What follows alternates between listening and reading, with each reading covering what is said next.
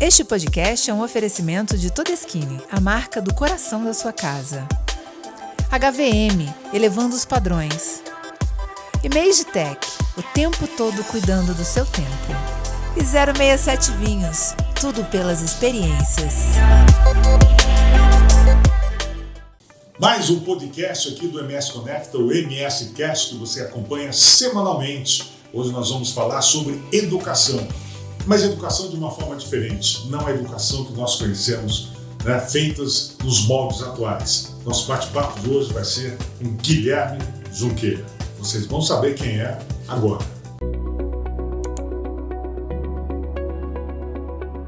Aqui é o Og Ibrahim e este é o MS Cast, o podcast do MS Conecta para você salvar na sua playlist. Fique antenado com tudo o que acontece por aí.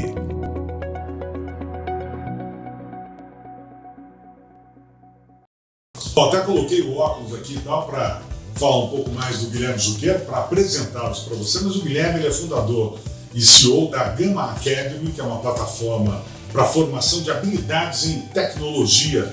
Foi eleita aí como a melhor EdTech brasileira 2 anos consecutivos. EdTech são startups que criam soluções aí para o mercado. E também como uma das melhores, selecionada como uma das 10 melhores startups de educação pela Singularity University.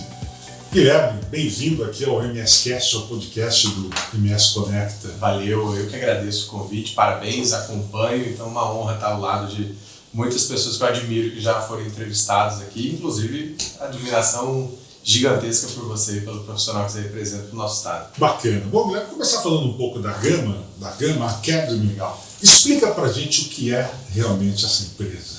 Legal, antes de explicar o que é a Gama, eu acho que eu tenho que conectar com duas coisas que fazem parte da minha história, que é educação e trabalho. Como essas duas coisas se uniram para criar a Gama. Eu acho que minha vida inteira foi movimentada por esses dois grandes Z's que causam um grande impacto, né? O educação, porque eu sempre fui bolsista, tive muitas oportunidades através da educação e do emprego que eu sempre vi no trabalho e a forma da gente mudar a nossa própria realidade. Então a Gama nada mais é que o jeito que eu encontrei de juntar quase 10 anos de experiência que eu já tinha empreendendo em outras áreas, conhecendo bastante esse mercado de tecnologia e esse mundo novo, né, que são essas empresas de alto crescimento, que são as startups, elas crescendo e desbravando mercados, elas precisavam também de talentos que acompanhavam na mesma velocidade do crescimento dela as suas habilidades. Infelizmente, na academia, nas universidades, a gente não tem essa velocidade que responde, né? Hoje, 65% do que você aprende nos 4, 5 anos de graduação já mudaram quando você se graduou, então já se atualizaram, né? Então essa relevância é muito difícil porque hoje a educação ela acaba sendo perecível do ponto de vista de conteúdo, de aplicabilidade, então você tem que ser um aprendiz pro resto da vida e a Gama vai muito de encontro com isso. Eu criei a Gama em 2016 com o objetivo de formar talentos para trabalhar no mercado digital, formar talentos de uma maneira diferente, com habilidades diferentes e com um olhar de logística reversa, né? De olhar primeiro quais eram as vagas que existiam disponível no mercado e não estavam conseguindo ser fechadas e trazer isso para uma ementa educacional. Então toda aquela descrição da vaga vira uma descrição de um curso e a gente faz a conexão. Mas o atendimento da demanda que se está formar esses talentos para trabalhar nessas empresas. Então a gente começou com programação, design, marketing, vendas, que hoje representam 90% das vagas no mercado de tecnologia brasileiro. Ao longo do tempo, essa demanda foi aumentando cada vez mais para o lado muito mais high-tech, ou seja, de tecnologia e suas sublinhas ali, né? Tô falando de ciência de dados, eu estou falando de programação para aplicativos móveis e várias outras aplicações e design como um lado central ali de tudo que você usa, né? Se você pede comida hoje, você pede um Uber hoje, é porque um designer desenhou toda aquela experiência e aquele layout para te entregar e um programador fez aquilo funcionar. Então esse encontro da tecnologia criou carreiras que há 10 anos não existiam, então precisava também de uma empresa que formasse talentos para isso acontecer. A gente começa em 2016, ao longo de todo esse período, a gente conclui 6 anos esse ano e já formamos mais de 40 mil alunos, esperamos chegar à marca de 50 mil alunos e mais de 700, 800 empresas que são parceiros, que também são nossas clientes e nos ajudam, inclusive, nesse processo de pagar e financiar bolsas de estudo para incluir cada vez mais pessoas nesse mundo de tecnologia, dando oportunidade para quem quer fazer transição de carreira, para quem está na universidade e quer fazer um curso complementar, para quem às vezes já quer ir direto para o mercado de trabalho depois do ensino médio. Então tem N perfis ali, mas hoje essencialmente quem está buscando um trabalho no mercado digital acaba encontrando a Gama em algum momento aí da vida. Guilherme, se a gente voltar um pouquinho no passado e olhar uma fotografia, por exemplo, lá de uma sala de aula de 1980 e alguma coisa, quando eu ainda frequentava a escola e tal, e ver uma imagem dessa hoje é basicamente a mesma coisa, parece que não mudou nada. Essa formatação do ensino básico, fundamental, médio, superior, ela está ultrapassada até hoje. Infelizmente, assim, o modelo do padrão e da escala nos levou a ter essas caixinhas onde a gente coloca um que ensina, vários que aprendem, e a gente entende que educação é isso, mas quando a gente passa para o âmbito aprendizado, a gente vê que tem alguma coisa aí que, né, não está certo e poderia, né, ser melhor, mas dá trabalho. O grande dilema da educação é que a gente tem um volume muito grande e toda vez que a gente fala de volume, a gente fala de um grande trabalho para você personalizar e não padronizar, para você entregar aprendizado e não conteúdo, para você testar habilidades e não provas, né, que são decorebas. Então existem vários dilemas que precisam ser repensados e como educador, eu acho que uma das grandes teses que a gente sempre viu é que existe um dilema Brasil, né, num contexto, né, recorte, que é desafiador. Você falar de um país de 200 e... Com essas dimensões, 20 milhões de habitantes, onde o ensino básico, que é o pilar de uma nação, né, se você vê Finlândia, Coreia, muitos países ali da Europa e que fizeram projetos de longo prazo, projetos de país investindo em educação básica. E hoje 80% da educação básica, fundamental, está na mão do governo, está na mão de escola pública, sendo municipal ou estadual. E mantém-se aquela formatação antiga ainda, anos que não muda. E aí é um reflexo assim, só em São Paulo, para você ter ideia, são 5 milhões de alunos dia, sabe?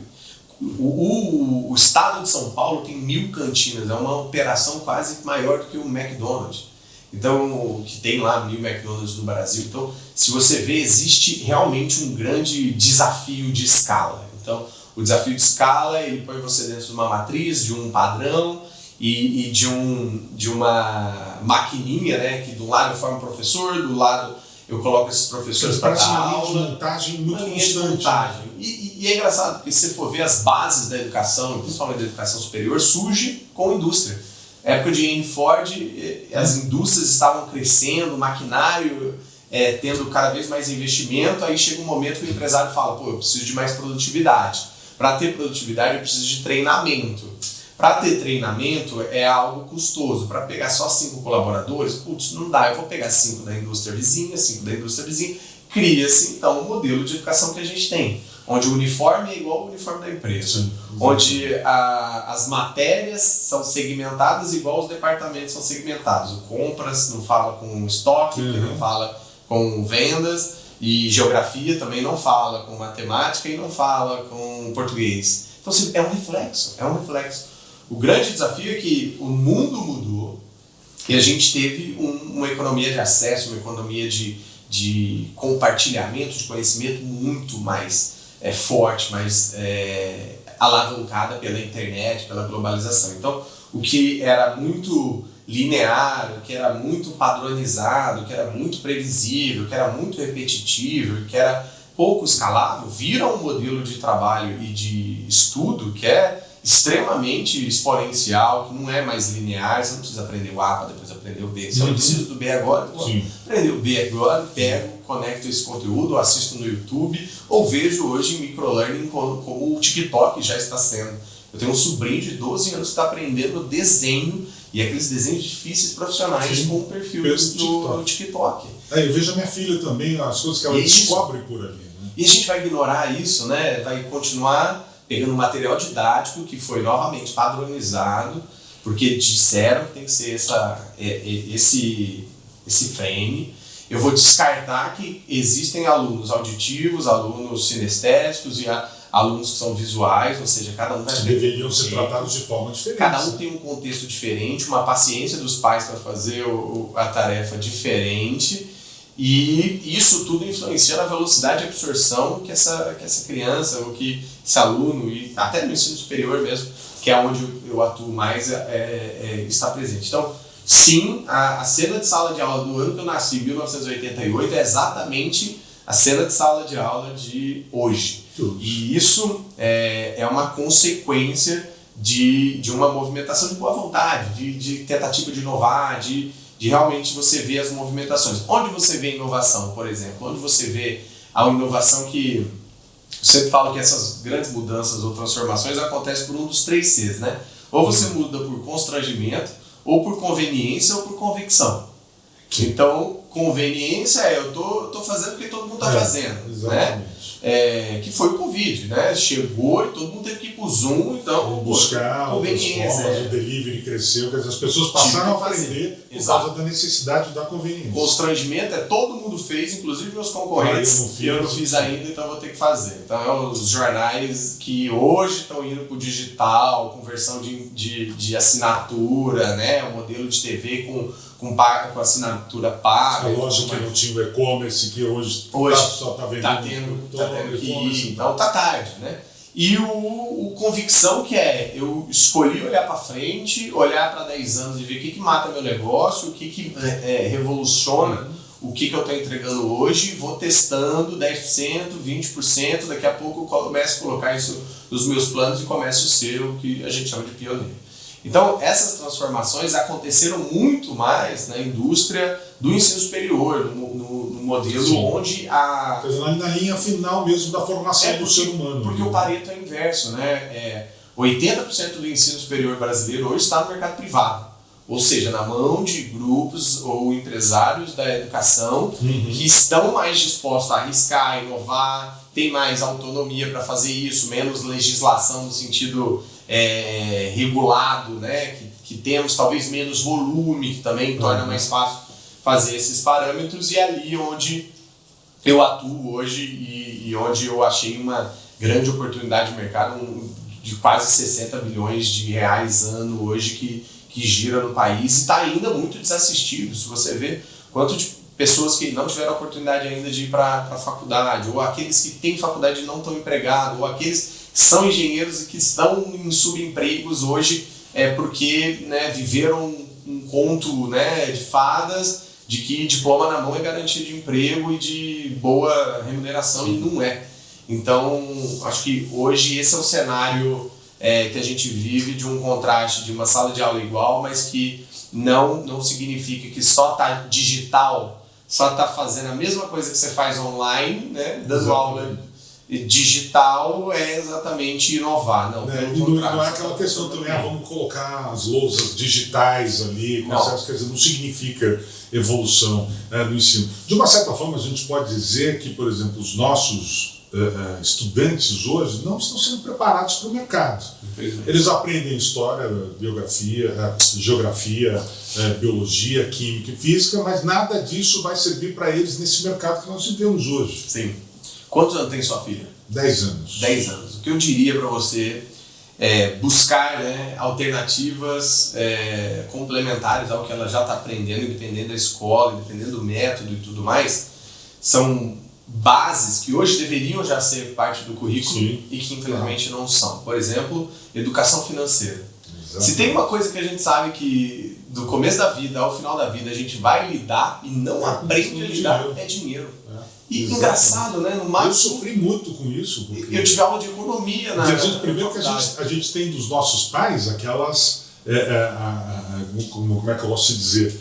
Né? Aquelas coisas com dito certo. Não, o dinheiro é sujo, não pega no dinheiro. A gente começa a gente tem aquelas, me fugiu a palavra agora, mas a gente tem essas memórias, né? As memórias dos nossos pais de que lidar com dinheiro é muito complicado, e hoje não tem dinheiro, cuidado, não gasta porque senão você vai ficar sem dinheiro e tal, né? Então a gente cresceu com isso e não aprendemos, a minha geração, muito poucos aprenderam a lidar com dinheiro. E os que aprenderam colocaram dinheiro na poupança, né? É isso.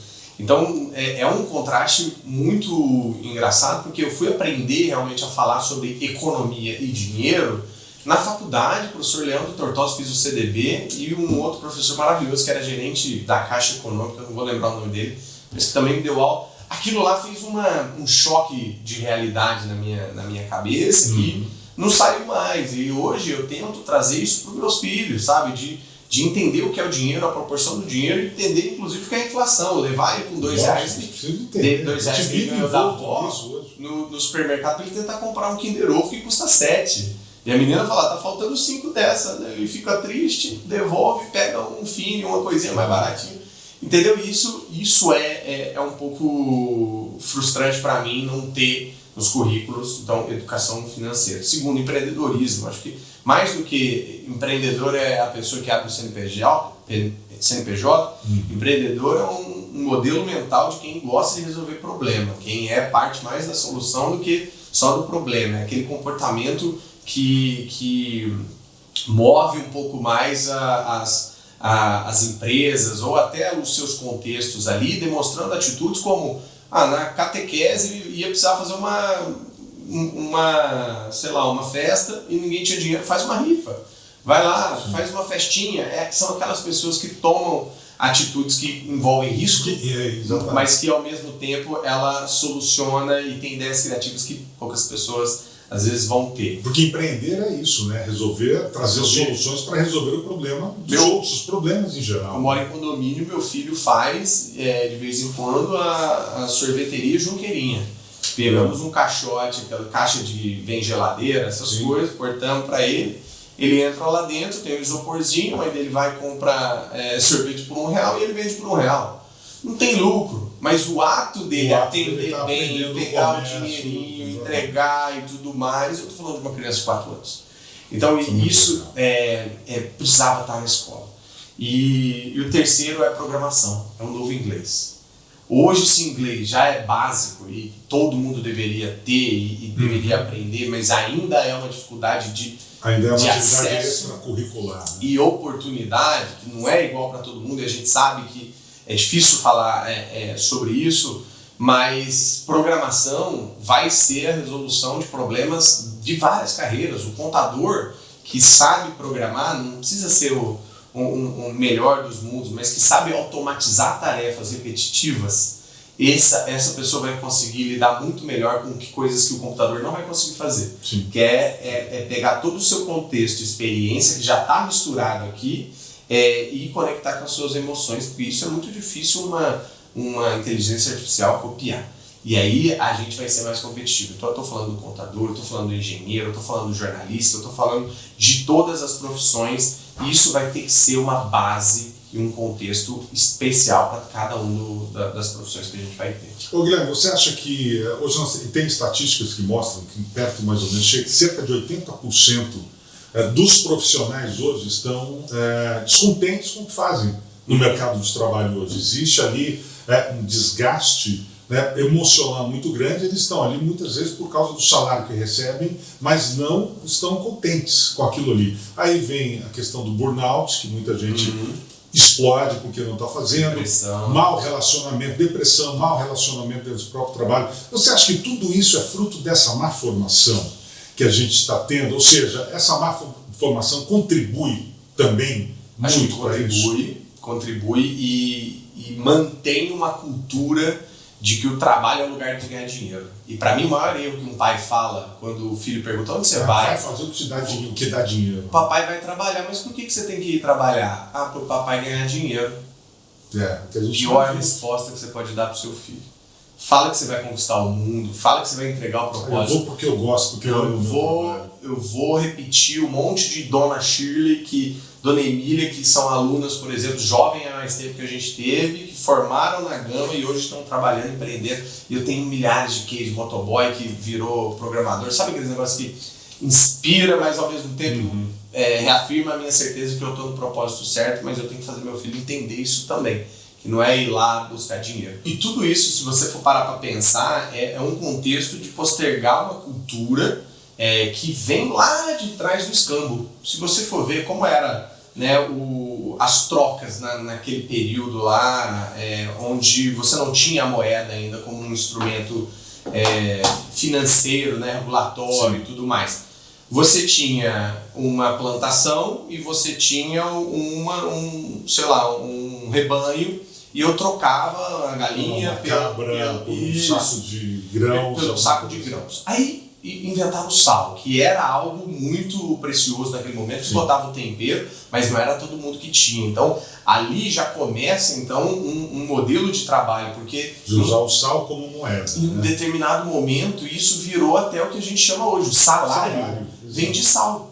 Que era basicamente você ganhar um saco de sal no final do mês porque você trabalhou com a enxada aqui para me ajudar na minha lavoura. Então, olha da onde vem a troca de um item que eu tenho por a troca de outro item, até que chega uma regulação monetária que naquele primeiro momento era o sal e depois vira a moeda, e assim a gente conhece a economia como estamos, o nomadismo acaba naquele momento porque eu tenho que ficar dentro de um lugar, crio relações e tenho filhos, relações com uma pessoa, tenho filhos, e aí daqui a pouco eu tenho que trabalhar pela minha lavoura, eu não posso sair caçando mamute igual era naquela época. Olha que engraçado, pega os dias de hoje. Hoje a gente troca o nosso tempo pelo um saco de sal, pelo salário, né? E hoje ele troca por várias outras coisas.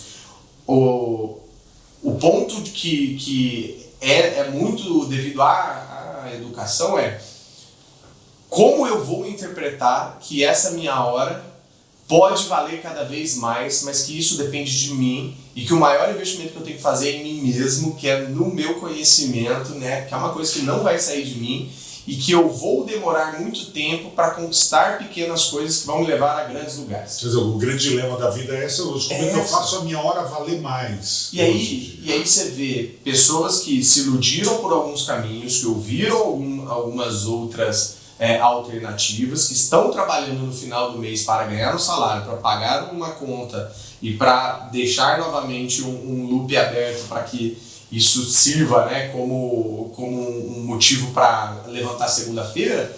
E aí você não tem as pessoas que Love Mondays, né, que é um site que avalia as empresas, que basicamente é amar as segundas-feiras. Quantas pessoas não têm a síndrome do fantástico?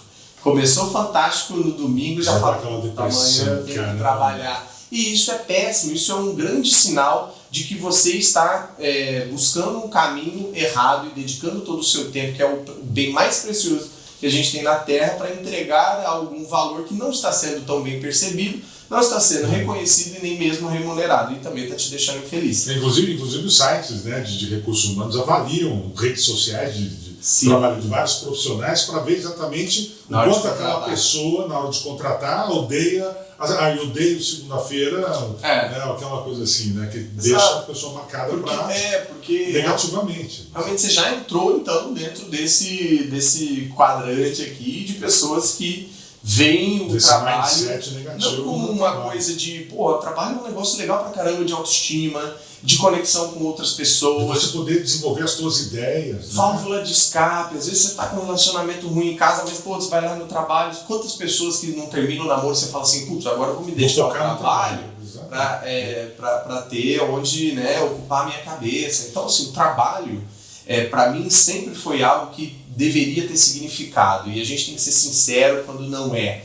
E o problema é que, às vezes, os profissionais fazem vista grossa em relação a isso. Então, minha opinião é que existem muitos realmente empregos que poderiam entregar muito mais, tanto de remuneração, benefícios e várias outras coisas para os profissionais, mas lembre-se que é um comum acordo, né?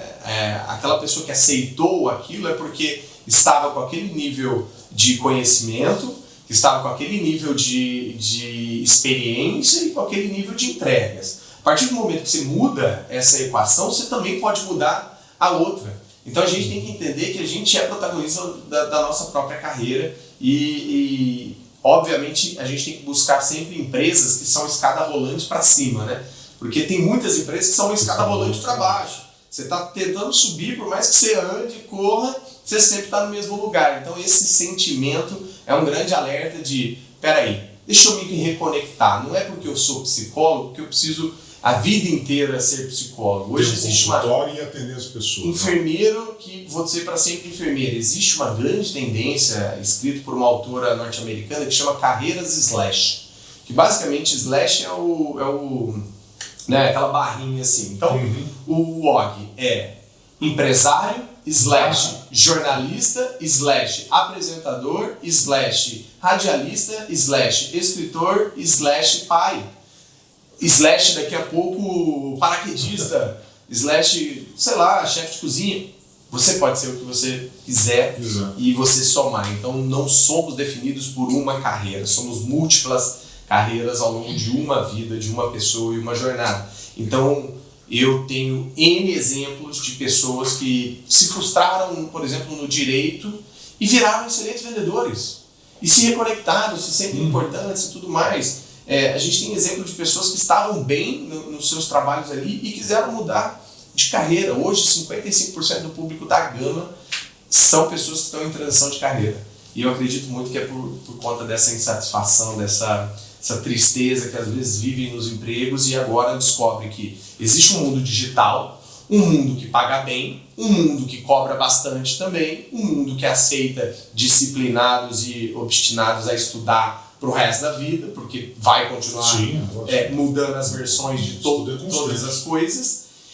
Mas é um mundo que está aceitando muito mais o trabalho remoto, então você pode estar perto da sua família, na sua cidade, mas trabalhando para uma empresa em São Paulo, ou na Espanha. Você pode estar em qualquer lugar do mundo prestando o que tem de alunos nossos hoje ganhando em dólar, um aluno júnior, depois de uma formação de 6, 12 meses, sair ganhando $2.000, faz aí a equação de quantas pessoas, que tem às vezes até mais experiência, não conseguiria fazer, mas ele tem um atributo que é um conhecimento atual, necessário e com alta demanda, somado com uma língua que distribui a globalização, que é o inglês. Então, é difícil? Existe um caminho. Nenhuma carreira é planejada da noite para o dia e nenhum sucesso que eu conheço veio da noite para o dia, a não ser aqueles que foram da noite para o dia em 10 anos, em 15 anos. Então, eu acredito muito nisso, assim, temos que puxar a rédea do protagonismo, da eutagogia, eu mesmo pilotar meu próprio processo de aprendizado e não só terceirizar a culpa do meu conhecimento, do sucesso ou insucesso para uma escola, para uma universidade ou para uma empresa, porque isso acho que é coisa do passado. Bom, com toda essa deficiência que a gente vê que vem desse ensino tradicional que a gente tem, gerou um déficit muito grande de mão de obra no mercado. Estima-se aí que pelo menos até 2025 nós temos aí 800 mil vagas disponíveis atrás de profissionais que não se encontram no mercado. Como é que vai se suprir isso, Guilherme? Pois eu fico imaginando esse número dentro de vários maracanãs vazios, com um monte de cadeira lá, escrito o valor do salário de cada um. E da vaga e sem ninguém para sentar. E esse desafio é o desafio que eu enfrento todos os dias. Acho que hoje, assim, ano passado, se não me engano, foram 45 mil pessoas formadas em graduações técnicas para 150 mil vagas. Metade praticamente. Um terço. E aí, se a gente olhar essa crescente, é esse número que você falou, segundo a Brascom, 800 mil posições novas de trabalho em tecnologia vão ser criadas e provavelmente não vão ser supridas por falta de profissionais qualificados. Então, a educação não vai ter como, nem agilidade para formar. Então, por isso que pais têm que estar conscientes e colocando seus filhos para estudar tecnologia desde cedo. Profissionais que estão na graduação, independente do que você escolher, do ensino médio e na graduação, vai passar por tecnologia. Se você escolher e ter aptidão para trabalhar com tecnologia, você está garantido aí para os próximos 50 anos, né? Tendo, obviamente, que aprender e se reinventar sempre. Mas o grande dilema, que está dentro de uma vertente de evangelização que a gente tem que fazer hoje, porque todo mundo acha muito complexo tecnologia, né? Acha que está muito distante. Eu vou para medicina, eu vou para odonto, que é mais tranquilo, é garantido. E eu vou te dar exemplo que, assim, são coisas simples que às vezes chamam a atenção, mas elas precisam se multiplicar de maneira exponencial. O André, que é um aluno que a gente teve, que é motoboy, o aplicativo da Log em São Paulo, ela te dá um comprovante de recebimento da sua entrega logística para você assinar com o dedo no celular. Sim, eu já vi. E ele achava isso maravilhoso, ele estava do lado do entregador, né? Ele tinha que colocar e ele falava assim, eu queria descobrir como os caras fazem isso. O dedo vai ali, desenha na tela do celular, um celular simples e tudo mais. E aí ele foi no YouTube e começou a estudar, tentou o primeiro processo seletivo na Gama, reprovou. Segundo, terceiro, ele passou. E aí ele saiu de lá depois de 6 meses, conseguiu um emprego numa das maiores empresas de beleza, listada na bolsa, está até hoje lá e já deve ter ganhado umas 2, 3 promoções. E ele está desenvolvendo tecnologia hoje? Ele é programador. Olha só, de motoboy foi para programador. Com muita dedicação, horas, ele tinha já 1 ou 2 filhos, se não me engano. Então é uma pessoa que saiu e mudou completamente a sua perspectiva de futuro através da educação e das oportunidades de trabalho dentro de uma área que, né, tem muito mais um olhar de selecionar a sua habilidade, seu potencial, do que se você foi ou não motoboy, se você é rico ou pobre, se você já fez ou não graduação, porque no final do dia o que importa é o resultado que você vai entregar, porque a empresa sabe que você vai contribuir para ela crescer e isso vai ser de certa forma devolvido. E só na época que ele saiu ganhando 4 vezes o que ele ganhava como motoboy. Então imagina agora, depois de 2 promoções, enfim. Então eu acho que esse é um meu dilema de vida, é minha grande missão. Hoje, junto com o Grupo Ânima, junto com essa proporção, a gente foi adquirido por um grupo que tem 330 mil alunos.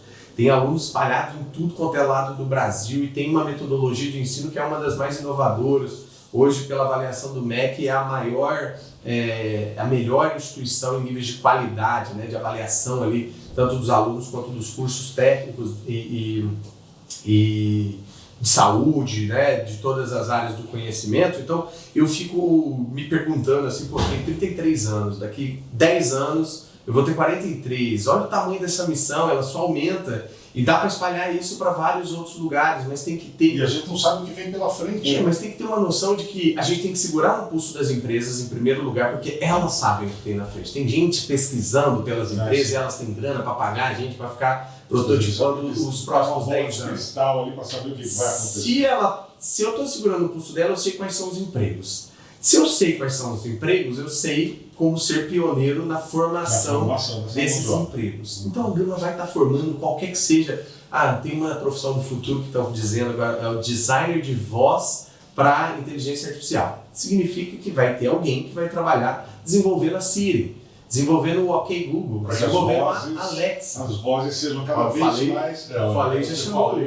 Siri. Mas isso desenvolvendo para que as vozes, e elas têm se tornado cada vez mais parecidas com vozes humanas. Vocês conhecem o nosso grande empresário, o mato-grossense, dono da Multicasa Multicoisa. E se o futuro da Multicasa Multicoisa for ter uma atendente virtual dentro da sua casa, que quando quebrar uma coisinha, você fala com ela, vai ter que ter alguém, porque o design dessa voz, ela é uma voz que não existe. Não existe uma voz igual à da Alexa ou do... Sim, semelhantes, gente, imitações, mas igual. Não existe. Ela foi desenhada, ela foi completamente feita para aquele contexto, com base em um monte de estudo e tudo mais. Então, tem umas centenas de profissões do futuro aí que nem existem hoje, mas o que eu posso dizer é que se a gente acompanhar essas tendências, acompanhar a necessidade das empresas, estar à frente nessa parte de conexão com a formação, vai ser muito mais fácil a gente viver esses próximos 10, 20 anos, mesmo estando indo numa vertente escura, né? Eu acho que muitos empresários, inclusive eu falo com muitos aqui no Mato Grosso do Sul, eles acham que olhar para frente e olhar para a inovação é um tiro de canhão que você tem um alvo e você vai atirar e você vai acertar no alvo. Mas aquele alvo que você está chamando de planejamento estratégico, que é daqui 5 anos, ele vai se movimentar. Então aquele tiro que você deu, quando chegar lá, o alvo já está aqui. Ó. Então o que é inovação e o que todo bom empresário tem que fazer? Ele tem que usar um teleguiado. Porque na hora que ele atira, daqui a 1 ano ele muda. E aí ele vai mudando, a mira vai para cá, eu vou para cá, a mira vai para cá. E assim se faz inovação. Mas aí tem um grande dilema, que eu imagino, que é exatamente, a tecnologia é um campo muito amplo para você fazer. Então, por exemplo, se eu for falar para minha filha agora, vai para a área da tecnologia, é muito grande, é muito amplo. O que fazer? Entendeu? Que área de tecnologia? O que buscar? Legal. O que está atrelado a isso? Tá bom. É um passo a passo muito importante, porque eu acho que a gente tem que primeiro ser bons usuários da tecnologia para depois saber fazer a tecnologia para outros usuários. Então, hoje você tem redes sociais, são a principal ponta de utilização de tecnologia hoje. Então, começa pelo Instagram. Mas Instagram é marketing. Sim, mas você vai entender as bases e você vai entender um negócio chamado algoritmo. Quando você começar a postar todos os dias e o dia que você não postar e você voltar a postar no outro dia, você vai ver que seu engajamento caiu, menos pessoas. O que será que aconteceu? Um robozinho está lá por trás que foi escrito o código. Se a pessoa postar todos os dias e parar de postar, diminua a frequência com que você mostra. Pô, você segue quantas pessoas? 5.000 pessoas. Você acha que o feed do Instagram tem 5.000 posições no celular para mostrar? Se todo mundo postasse, 1.000 pessoas postassem, ele vai ter que selecionar quem ele mostra, porque você também só rola numa limitação de 20, 30 posts. Então tá ali o começo. E até o que você diz, né? Palavras que você diz geram mais ou menos. Exato. Mas hoje tem controle parental na maioria dos aplicativos. Então entra no Instagram, aprende a mexer, coloca controle parental para não ver coisas de maior de 10 anos, maior de 16 anos. No TikTok, a mesma coisa. No YouTube, a mesma coisa. Mas a gente tem que deixar a criançada tomar gosto. Outra coisa, games. Hoje, a principal porta de entrada para jovens em tecnologia é games. Porque você começa jogando Minecraft, um Roblox ali, alguns Free Fire. São jogos que te dão a oportunidade de criar. Inclusive você constrói Minecraft também e tal. Mas aí você vai para essa instância, a galera já tá legal e tal. Daqui a pouco você pega uma licencinha ali do Lego, compra um Arduino, e aí monta um leguinho com o seu filho, ele vai codificar 2, 3 coisas que são muito simples. Ô Mário, vá para a direita quando eu clicar no botão direita. Luigi, vá para a esquerda quando eu clicar no botão para a esquerda. E aí você vai ver que não é tão complexo. Sim. E a criança vai começar a fazer, você vai falar assim, pô, eu acho que eu também consigo. E isso é muito bom, porque vai ser uma atividade que você vai começar a pegando apreço muito pelo fim, não pelo começo, sabe? Porque se você olhar para a programação como ela é hoje, JavaScript, Java, Python, tá complexo. Não, a gente vai fazer um site. Vamos fazer um site? MS Conecta, colocar só um botão, inscreva-se e um campo de e-mail? Vamos! E isso é muito mais fácil, entendeu? E tem conteúdo gratuito na internet, e tem como você ir explorando. Então eu diria que games, eu diria que redes sociais, e principalmente começar a estudar de maneira otagógica, né? Como fazer um site online simples, como colocar alguma coisa no ar. Você primeiro já vai estar criando um grande lastro de conhecimento, mas também daqui a pouco você está criando uma nova fonte de receita. Porque os melhores programadores que eu conheço hoje começaram fazendo o site da tia, do primo, do pet shop. Às vezes nem era alguma coisa feita do zero, era alguma coisa que pegava um Wix da vida, mas você vai saber mais mexer no Wix do que a sua tia. Então vai lá e faz. E cobra R$300. E é maravilhoso, uma fonte de renda. Já pessoas, é uma criança de 12, 16, 18 anos. Desde cedo ter aquela. Então acho que assim, pais têm a responsabilidade de estimular, professores têm um grande espírito de inspirar, mas ao mesmo tempo acho que hoje existe conteúdo abundante, a gente só tem que saber ordenar um pouco, dar esses estímulos para os nossos jovens. Sabe que eu estava lendo uma reportagem recentemente, que é uma reprodução de uma revista americana, da Science, que mostra o seguinte, que essa geração de adolescentes agora, de entre 15 e 20 anos mais ou menos, é a geração com o menor QI dos últimos 50, 70 anos. Nossa. Por quê? Porque é a geração mais dependente da tecnologia. Sim. E aí, se você pegar uma chave de fenda, um rolo de fita isolante, ela não sabe o que fazer com aquilo. Sim. Entendeu? Você acha que esse excesso de tecnologia não vai gerar também gerações com QIs cada vez menores que vão fazer com que esses jovens do futuro, esses adultos do futuro, tenham menos capacidade de se resolver até emocionalmente? Sim. Eu vejo muito isso nos nossos alunos e alunas. Acho que a nova geração, né, quem são crianças agora, talvez vão sofrer ainda mais, mas a galera que já está ali nos recortes de 15 a 25 anos já tem um nível de frustração muito maior, um nível de paciência muito menor, muito porque ele foi educado, criado em uma geração do instant gratification. O que significa isso? Quando eu chegava da escola, na minha época, eu tinha que esperar a hora do almoço para assistir o desenho que eu queria. Hoje, você nem tem que esperar, já almoça na mesa, no YouTube, no Netflix e tudo mais. Você quer comer alguma coisa, você não vai ter que esperar, não, pede no iFood e já chega. Então, existe um comodismo e obviamente, uma zona de conforto maior para isso e causa um pouco essa dependência. A dependência pior, eu acho que é a dependência da comparação, né? Existe uma palavra americana que chama FOMO, Fear of Missing Out. Eu tenho medo de me sentir fora, eu tenho medo de ser o último, eu tenho medo de não estar fazendo parte. Pertencimento é uma coisa do ser humano, né? De comunidade e tudo mais. Aí ao passo que suas amiguinhas estão fazendo TikTok e Instagram, você vai querer fazer. Ao passo que alguém se veste assim e você acha essa pessoa uma influencer, você também vai querer fazer. E o problema disso é que existe uma questão emocional que não é mostrada nessas telinhas. E aí a gente começa a comparar o palco dos outros com os nossos bastidores. E aí mora a frustração.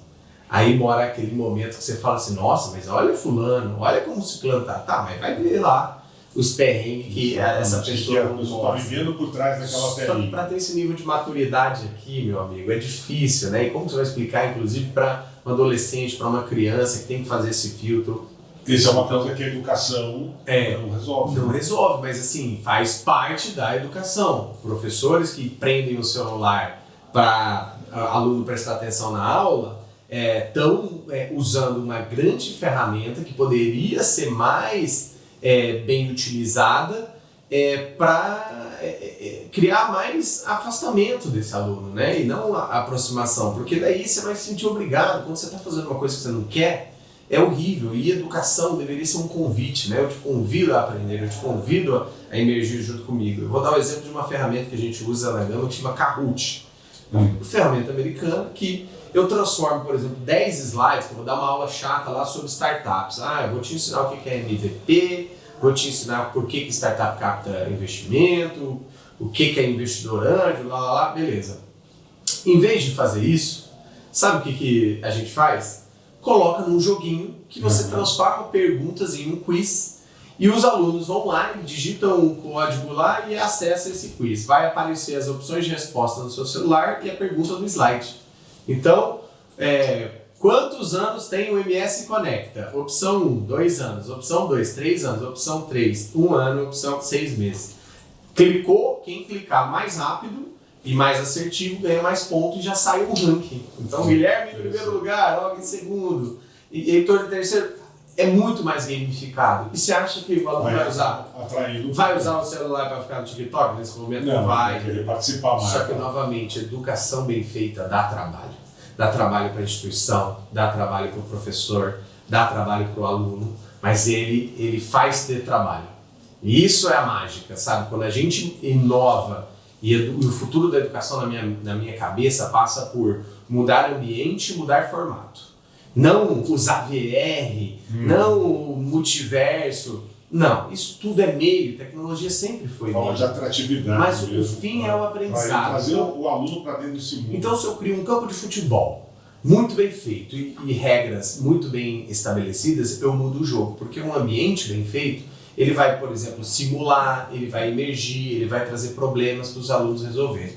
Agora, um jeito de fazer educação, um formato educacional de aprendizado que funciona, ele sempre vai envolver uma mesma motivação intrínseca. Então, eu e você queremos um emprego, queremos ir no mesmo lugar. Só que a gente precisa de pessoas, nunca pessoa, porque a educação, quando é coletiva, é muito melhor, porque gera uma na outra accountability, que é um senso de corresponsabilização, é aquele negócio de eu combinar com você de ir na academia e você vai só porque combinou comigo. E é melhor do que ir sozinho. E segundo, e por último, um time frame, ou seja, a gente determina um tempo para essas coisas acontecerem. Quando a gente faz isso, até aprender violão fica fácil, até aprender inglês fica fácil. Então, eu acredito que isso dá trabalho, mas faz a diferença. Muito se fala hoje em diversas profissões que vão desaparecer por causa da tecnologia.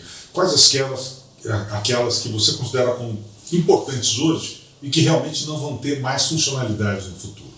Eu acho que todas as profissões que estão muito relacionadas ao lado operacional, mas que pode ser automatizado, elas tendem a diminuir. E aí pensa em call center, pensa na automação que dá para você fazer no atendimento e transformar isso inclusive num processo humanizado e que, né, é mais rápido e funcional até do que o moroso e lerdo que em geral a gente encontra em alguns modelos. Então, várias profissões relacionadas a esse processo automatizado, elas tendem a desaparecer. O ponto bom em tudo isso é que, ao fechar uma vaga por conta da tecnologia, abre uma cadeira de estudo para formação em tecnologia.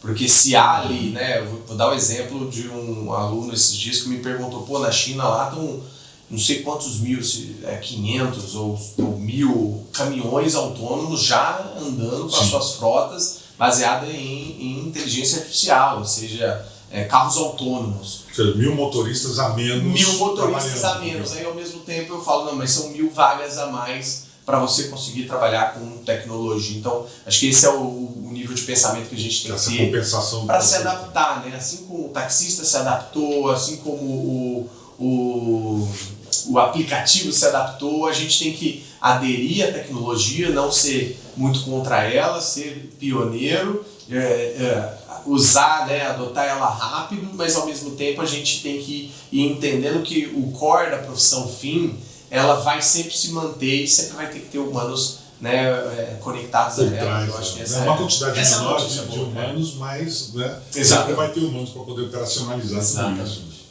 Então tá bom, gente. É isso aí, assunto super interessante quando a gente fala de tecnologia, de trabalho, de profissões. Aí vamos ver se a gente... Quer dizer, tem muito mais assunto para conversar, mas o tempo não permite, senão a gente ficaria 2, 3 horas aqui falando sobre isso. Mas, Guilherme, quero te ter aqui uma próxima oportunidade para a gente complementar esse assunto, né, para poder traçar exatamente isso. Como é que vai ser, como é que serão as profissões do futuro? Né? Quer dizer, um futuro que está aí já batendo na nossa porta e não demora muito a chegar. Obrigado pela presença. Parabéns pelo trabalho, conta sempre comigo aí. Valeu. Valeu, Guilherme. Bom, gente, esse foi mais um MS Cast para você. Daqui mais algum tempo temos mais novidades e bons bate-papos por aqui. Eu encontro com vocês. Um abraço, até lá.